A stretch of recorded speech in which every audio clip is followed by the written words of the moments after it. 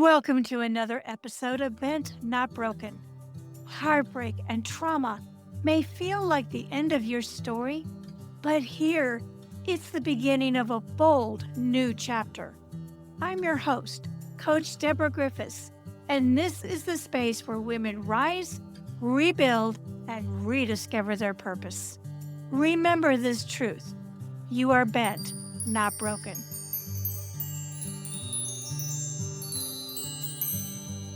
Today's guest, David Allen Brown, is a writer and empowerment teacher whose life journey led him from early confidence and inner strength to a profound sense of loss, and ultimately to a powerful personal awakening.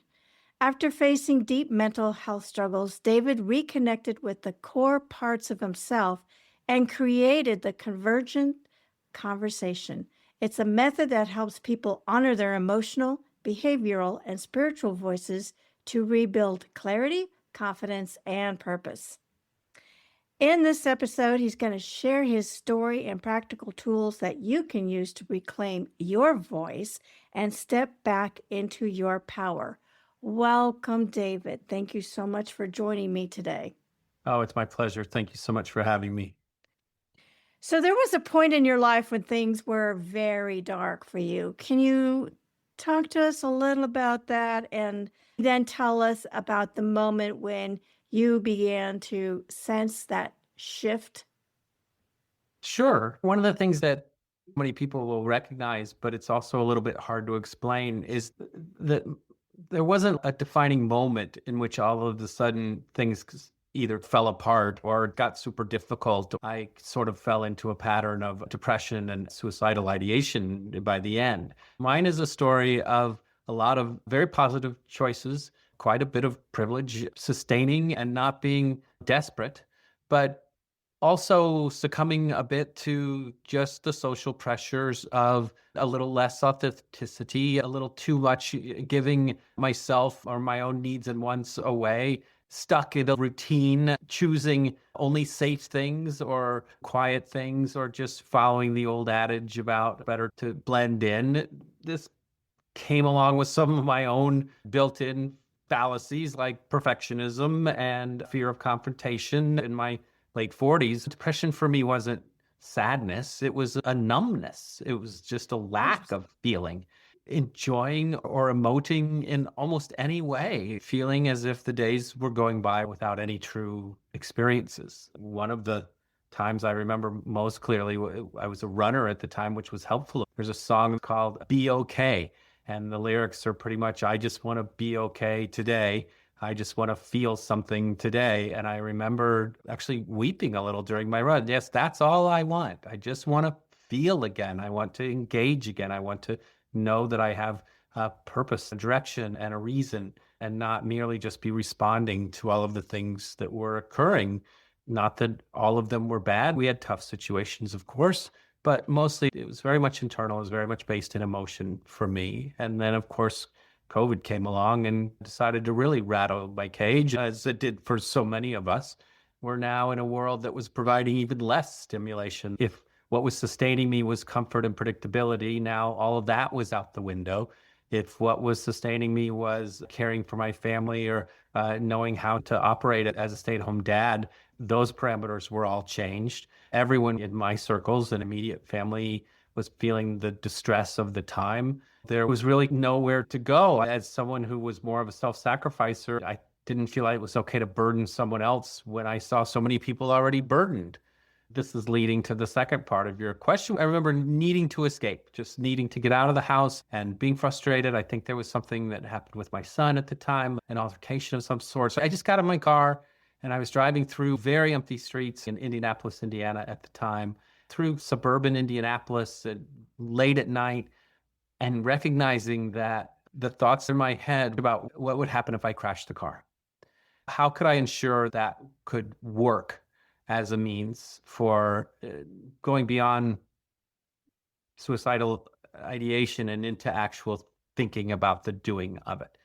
And I remember thinking that I had read somewhere or saw on TV that they do forensic studies of crashes and that they would be able to tell that it wasn't an accident and that I didn't want to leave that legacy. The shift of that thinking, because it wasn't merely conjecture at that point. Part of me was truly afraid that that was going to happen right then, that I was talking myself into something. It felt very different. It felt very analytical and it felt very real. And that was the shift for me. That was the moment of, oh, I need to do one or the other. And the other was find help. And that's what I did. I had been in therapy before with varying results, but I found a good therapist. And the other very important agreement that I made with myself was that there would be no more lack of authenticity. There wouldn't be me going into therapy hoping they would tell me what I wanted to hear. I would lay it all on the table and I would return to being myself and see how that would work. So that's the short version That's the short of version, the very yes. tough of the tougher time. Okay. I believe you also went through a divorce as well. Was this all during this time? Or Well, the was this divorce was a contributing to little bit this? as a result of that. The self work, the self rediscovery on so many factors. Who do I remember myself being, as you said in the introduction, the purposefulness of my youth, the person I was, and sort of reclaiming that and having that to build from. And then, well, why wasn't I? What was keeping me from both that and a newly discovered version of myself? You start looking at what are the circumstances in my life and then some primary relationships in my life. Are they supporting me or are they hindering me? Are they the reason or the block? And then we did that work too. My wife and I did some counseling. I was married for 24 years. We have two great kids. And we agreed that there was a lot to do, that we were in different places, that I was embarking on something that she hadn't started to do for herself yet, and that we could really, an hour a week, try and live through the tension the other 6 days. And maybe somewhere down the road it would seem better, but there was a long way. There were even probably some deal breakers that hadn't come onto the table yet. And, maybe we could decide to be happy a different way. That was really how we said it to each other when it was finally, we talked about needing our own space to process, but we were very honest about if we separate, we'll divorce. We were aware enough to know that was the case. So, yes, in this time, almost as a result of the rediscovery and self-discovery is where the divorce fits into that picture. Okay. Do you think we all come to a point in our life where we start questioning who we are, what we've done, maybe where we need to be? I think we all have many opportunities where that happens. And some are built into the way we've created our society and the choices we're expected to make even at young age about school and focus and ideas and where we Marriage, what we family, may want to be, right then, let alone right? young adult, when, oh well, this is the time when apparently the next thing to do is to get married and to have kids and the rest. Some of that goes to biology and our desire to propagate the species. Some of that goes to culture and how we seem to do it around here, all of those things. So yes, I think that of course we have those times. Maybe what you and I are talking about a little bit more, and the listeners of this podcast want to know about is, what about that point where, for me, everything seems great. Like all the questions from the outside have been answered. We have our two kids in a beautiful home. We're functioning well, have an income, a dog and two cats. We go on vacation twice a year and we gather at family gather. I mean, the picture was there. I think people outside our marriage were stunned that we were getting divorced. That was one of the many points in our lives when I looked around and said, if this is supposed to be the picture, if this is supposed to be leading me somewhere, why isn't it? Why am I not there? To me, that's the moment. It's when those questions become internal instead of external. And there are times when we all have that. Some of us were coached when we were young, find a career that you love that is emotional based.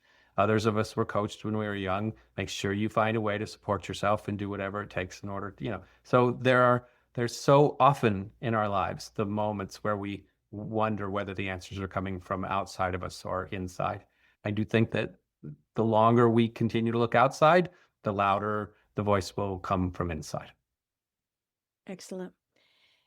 You have created a 27 lesson online program, and I believe it's called the Convergent Conversation. Talk to us about that. What is Yeah, right. It sounds like a university course when you describe it. There is a big course. It's online. We've also just released a quick start program, which is less than an hour. It has 5 lessons and 5 worksheets. But either way, whether you just want to dip your toe in or you want to go the full master's degree, essentially what I've developed is a course that helps people recognize and regulate their inner voices to understand that as both a human being who functions in this world and has things that we need to accomplish, but has a dynamic and extraordinary inner life of emotion and feeling, can access a higher power, something greater than ourselves, completely defined by anyone who takes the course. I'm not starting a church.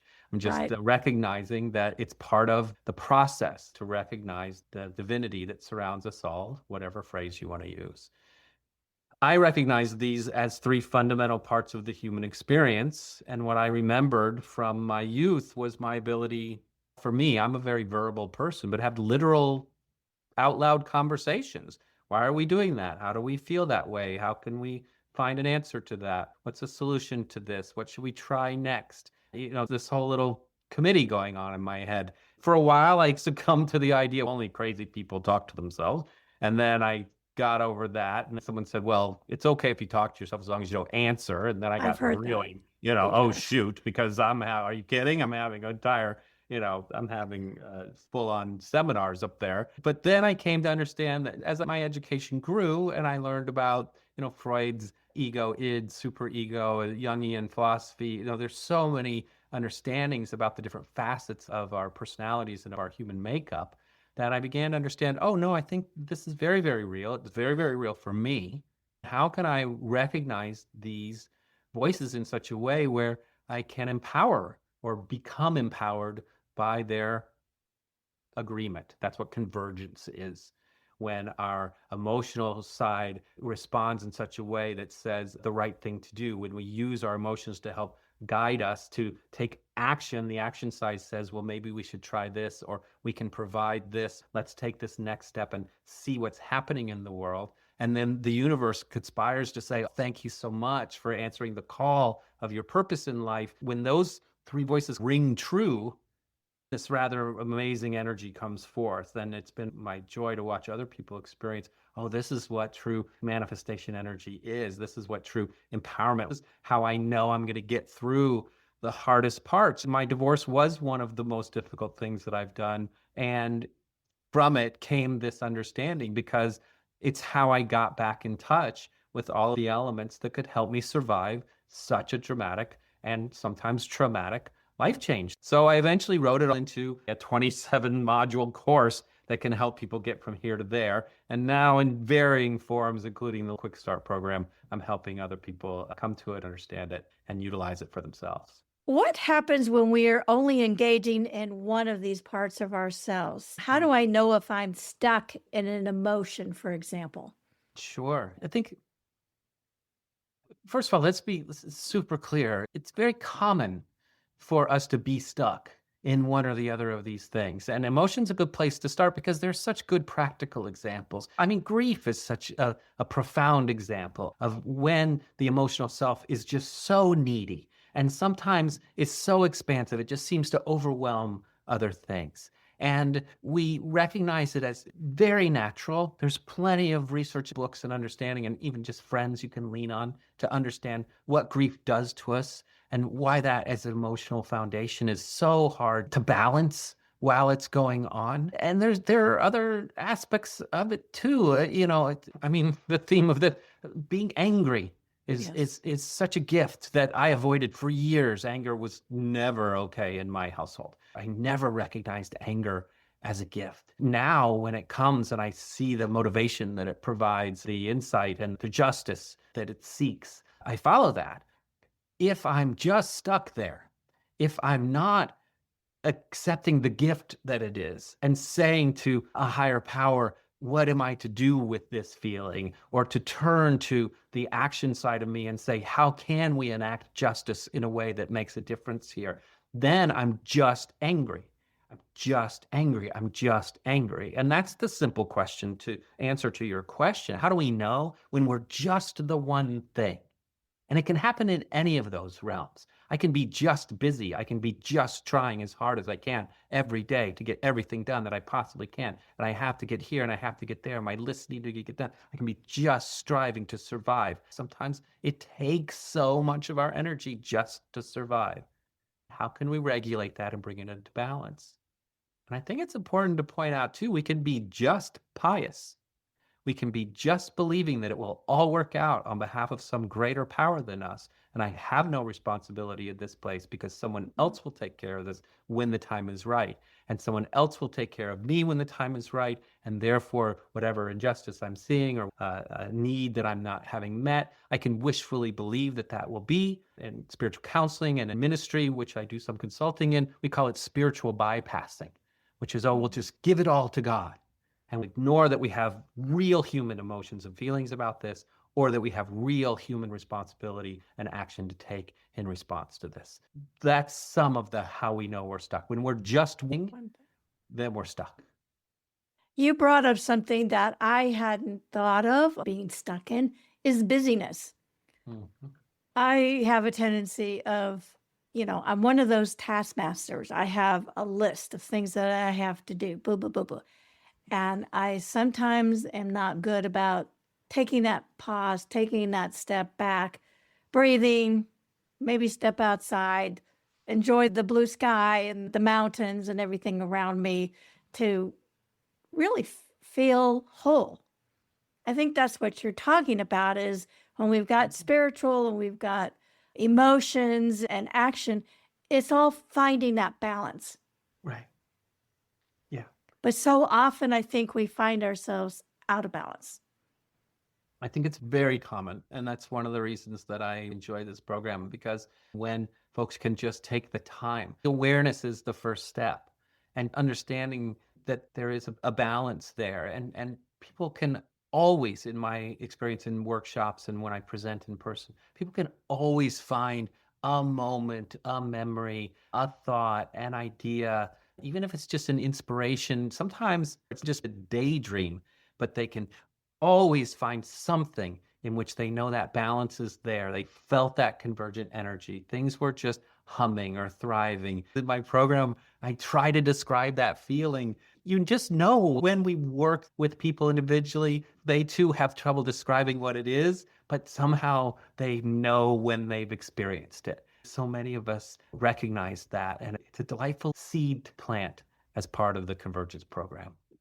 And I'm thinking in terms of relationships and stuff too. I mean, we have ourselves as individuals, right? But when we're in a relationship, each person has to not only find their own balance, but they have to find their balance within themselves as a couple and then eventually as a family as well, extend broaden that convergence.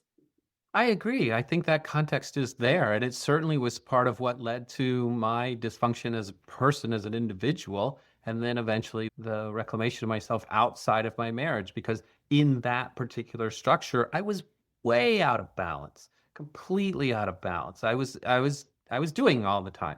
And I did it very well. I believed that I had that ability and I was a Superman and I was super dad and I was super homemaker. And that place ran darn well. Pretty much it was a right ship. Even to this day, looking at my children and realizing how we didn't leave a lot of space for emotions and just feeling and working through what we were doing. Even when I did allow my children that, not allowing myself that in any way, just totally acquiescing to the time and energy it took to help them find their feelings, but ignoring my own. My early books are very spiritually based, have a great connection to a higher power. And that just went away slowly over time as I lost faith that I was doing it right. I managed to beat myself up enough to think that, well, if I was praying better, then the things that I wanted would be coming, or if I believed more, then I'd be happier. And that became a dysfunctional thought I had to overcome too. So there are lots of ways to be stuck. And it's not always that one circle is super big. Sometimes it's that other circles get really tiny or get neglected. I experienced a lot of that over the years. How do we discover the strengths of these facets on our own human being? Well, some of that is the point of the course. How do we discover that they're there at all? How do we recognize some of the different voices. Oftentimes people say, how do I know that isn't just ego or something I'm making up? The answer is yes. It's all of those things. What is it that you can do to understand and regulate how and why those voices are there? And I think that sometimes we have to admit that neglected voices, especially emotional ones, can be very spicy. And sometimes they are angry, and sometimes they are hurt. And sometimes there is a frustration that seems to come from outside of ourselves. And all of those things, the short answer to your question is that the very first thing that we can do is release all judgment from the things that happen to us and the things we perceive as errors. We avoid that phrase a lot. We just remove a sense that all of that has to be categorized and ranked on a scale and put into some sort of comparison with what everyone else is doing or with what I thought I would be doing at this point. Okay. Certainly release judgment of feeling, that notion of, oh, well, we weren't ever allowed to be angry. This is a good divorce story because the attorneys were involved, as it was in so many of our pasts. Unfortunately, the first one I hired was not competent and simply failed on the job. It's a long story. But when it came to light, I was as angry as I've maybe ever been in my entire life. I told my children later, like, you've never seen me that way. I remember being in my apartment furious and wanting to rattle cages, having to call my brother and another trusted friend. What do you do with this? What do you do? And being reassured, the greatest gift I got was, first of all, anger is the right response in this situation. Thank you for not wanting to shame or deny. Let it be. And then understanding that once we give it permission, then we feel it. It's real. It's in response to real things. And when the time is right, then we will begin to bring in other voices that soothe us, that help us, that provide context and the rest. So releasing judgment of feeling in a major way.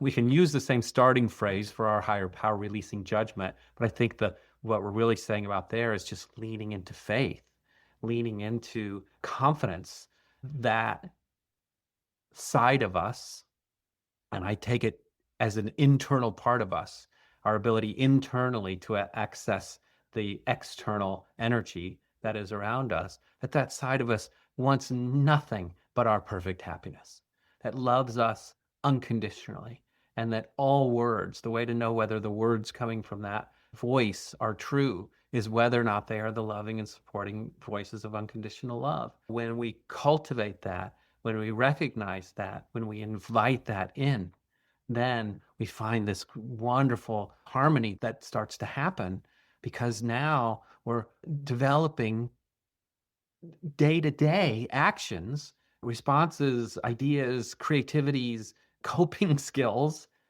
that are based on this extraordinary combination of truth that's within us, these powers that are within us. Your question was, how do we know? How do we recognize? And the truth is, the mechanism for understanding is within. It just is. And what's remarkable is that as we develop our ability to recognize, to be aware of what's happening, the events, the ideas, the prosperity, the joy, the people, the opportunities become so wondrous that we like, oh, oh, like it's a compounding revelation that Right. occurs there. Right. It's not instantaneous. It is a process and a practice and attunement to what's happening, seeing those small blessings and recognizing that they're in response to the convergent action and conversation. This is all something we cultivate over time and in relationship. Do you think anger is one of the toughest emotions people deal with? And I guess I'm asking, sometimes, like you said, you bottled up your anger. But on the other hand, there's a lot of people, and I'm going to raise my hand, we're afraid of that conflict. We're Right. afraid of seeing other people angry, especially angry at us. So we do whatever we can to backtrack and keep the peace. Yeah. That Yeah. happens in toxic relationships too. And I don't think that anger is the hardest thing to deal with. I think that what you're describing, this compendium of fear that we wrap around anger. We see faces in the news or we see violence and we've somehow associated that with someone being angry. Sometimes that is the case. There is reasonable expectation that when we see an event that's happened, we presume that person was so angry at the other person or so angry at their situation or workplace. If we take a deeper look, we can begin to understand that anger, number one, doesn't always lead to violence. And in fact, probably far less regularly than we think it does. Does anger make me violent? And I can come to understand that at a very real and personal level, that's not what it means for me. I can begin to redefine it for myself as something that's separate from what I'm afraid of it being.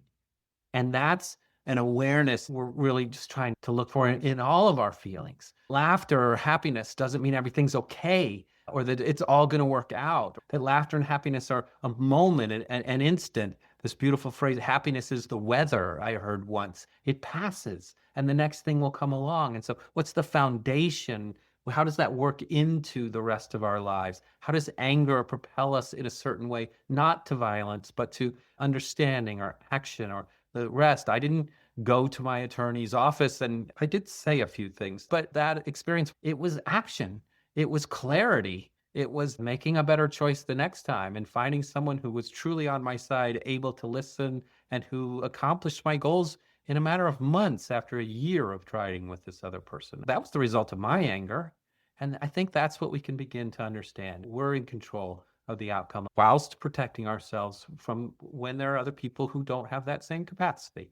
Not denying that at all. Our understanding of what it is doesn't mean that we can just ignore how other people might be behaving. It just means that we can create our own perspective around our feelings, the whole spectrum of feelings. Beyond facing what comes toward us, many people are also eager to create the life they are inspired to live. Manifestation is a common term, but sometimes it's been commercialized or even minimalized. Your program includes an entire unit on manifestation with what you call convergent energy. How is your understanding different and effective? Yeah, I love the optimism. Even as you were reading that question, I got enthusiastic and excited about the opportunities and possibilities in the midst of divorce or change and other change. There really is, and Convergence provides for me this coping mechanism, day to day, moment to moment. I came to understand that when we reach a level of proficiency and ability, then there tends to be, especially from our higher self, a call. Okay, and so now that we're to a place where at least to the best of our ability we're functioning, what might the universe be looking to us for? What might we be looking to receive to engage with the universe? This is what manifestation is for me.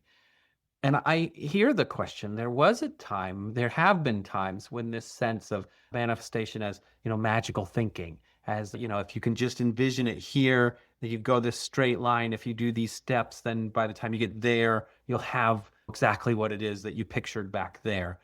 Somehow magically picture a Porsche and you'll have a Porsche someday. It didn't work and people got frustrated. A lot of people left the understanding of universal dynamics and energy dynamics behind because they thought, well, this isn't how it really functions. As I was cultivating for myself the convergent conversation, I began to see quite clearly how this could work into another project I was working on at the time, which was this re-understanding of what manifestation could be. First and foremost, the thing you'll recognize if people go to my website is the circle that surrounds the logo of my organization. We see manifestation as a cycle, something that happens in a circle with steps along the way, but never really ends at some place where there's all of a sudden that magical outcome. It's a way of functioning in many areas of our lives in which we're integrating different aspects of our human experience and the conversation along that path.